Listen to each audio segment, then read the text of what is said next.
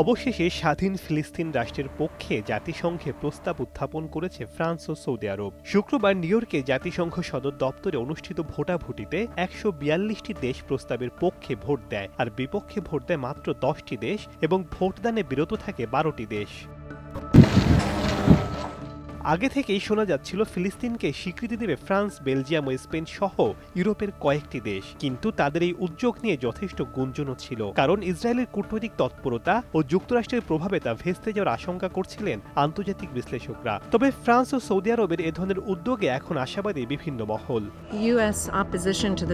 New York ঘোষণা নামে এই প্রস্তাবে উল্লেখ করা হয়েছে, স্বাধীন ফিলিস্তিন রাষ্ট্র গঠিত হলে সেখানে হামাসের কোনো সংশ্লিষ্টতা থাকবে না। এই প্রস্তাবকে সমর্থন জানিয়েছে আরব লীগ। প্রস্তাবে আরও বলা হয়েছে, ফিলিস্তিন রাষ্ট্র প্রতিষ্ঠার লক্ষ্যে গাজার যুদ্ধ থামানো জরুরি। এ প্রসঙ্গে ফিলিস্তিনের ভাইস প্রেসিডেন্ট হুসেইন আল শেখ বলেছেন, আন্তর্জাতিক সম্প্রদায় ফিলিস্তিনিদের অধিকারের প্রতি সমর্থন জানাচ্ছে।